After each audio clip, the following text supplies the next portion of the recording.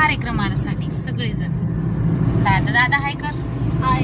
हा, दादा, दीदी आणि पाटील आणि मी, आमची फॅमिली चालली एका कार्यक्रमासाठी. कुठं चाललोय माहित नाही, पण चाललोय खरं. तुम्ही म्हणता तुमचा नेहमीच डायलॉग आहे, तुम्हाला माहित नाही तर खरंच आहे. कळण गेल्यावर कुठं जायचं ते. आमचे पाटील असे सरप्राईज देत असतात ना, एकावर एक, माहितीच नाही, सांगतच नाही कुठून येतात ते. तर चाललोय आम्ही असं.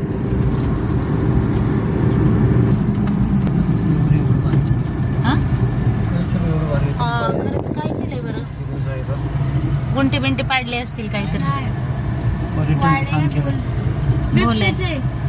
पर्यटन स्थळ ते नाही का चढायला, चढून फोटो बिटो सेल्फी बिल्फी काढतात तसं केले त्यांनी. ते काय पोरं जाऊन बसलात वरती.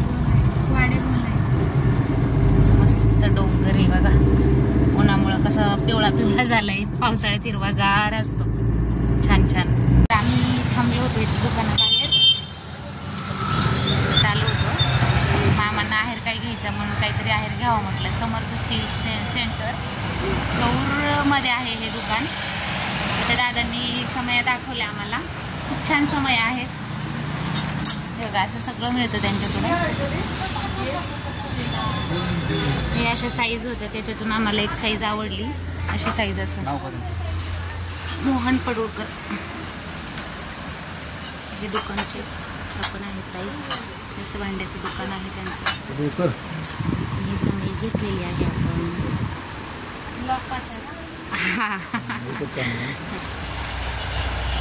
रमेश ना? हा, रमेश राजाराम गात याचकडून महेश मोहन पडोळकर यांना सप्रेम. अशी झाली खरेदी आमची. घेतली आमच्याकडे समय. आता नाव टाकत आहेत. समर्थ स्टील सेंटर. हा, दाखवलं मी, घेतले बाहेर. केसनर मध्ये आहे का आपण? केसनर फाट्यावर आहे हे दुकान. तर छान आहे. पण आले कोण इकडे तर अवश्य भेट द्या. भांड्याच्या ते वस्तू पण छान असतात आणि जमवून देतात.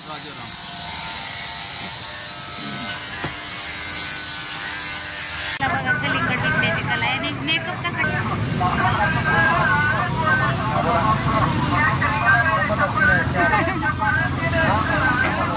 पोच पण देते अजून छान.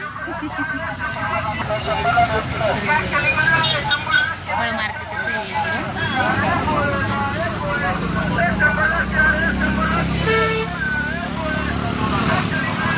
आम्ही पण थांबलोय फळं घ्यायला.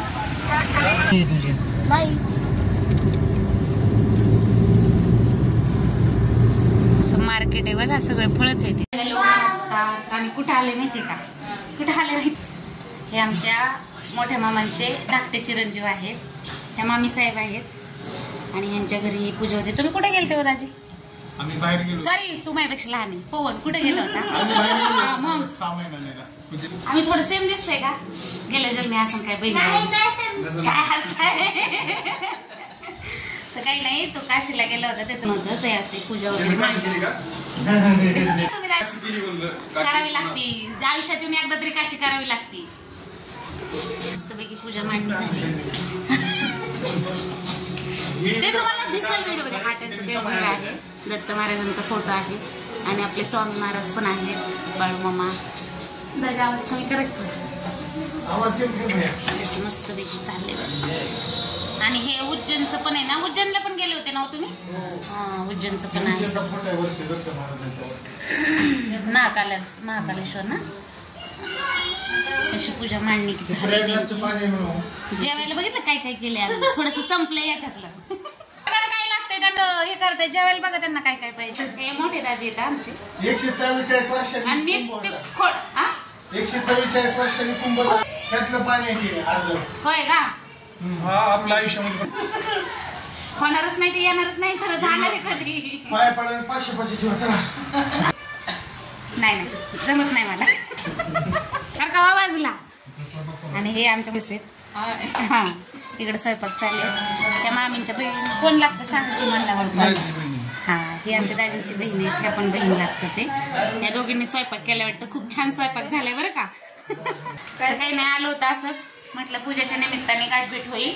म्हणून आता यांची ओळख करून द्या. हे पण तुमचे छोटे काय म्हणते दाजी समजा. आमचे दाजी लागतात का? बरं हे आमचे दाजी वा. तुमची सिस्टर. अरे बरं ही माझी बहीण लागते बरं का बिचारी. आणि आताच नवीनच लग्न झालंय त्यांचं. ती जोड आली होती पूजाला. जेवण चाललंय ती जरा घे.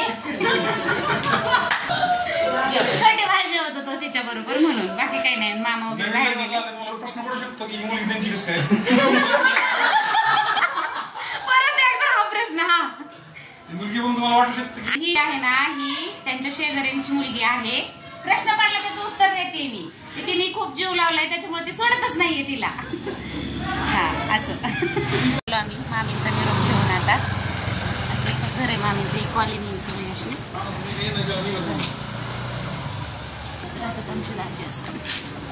मस्तपैकी छान वातावरण आहे इकडं.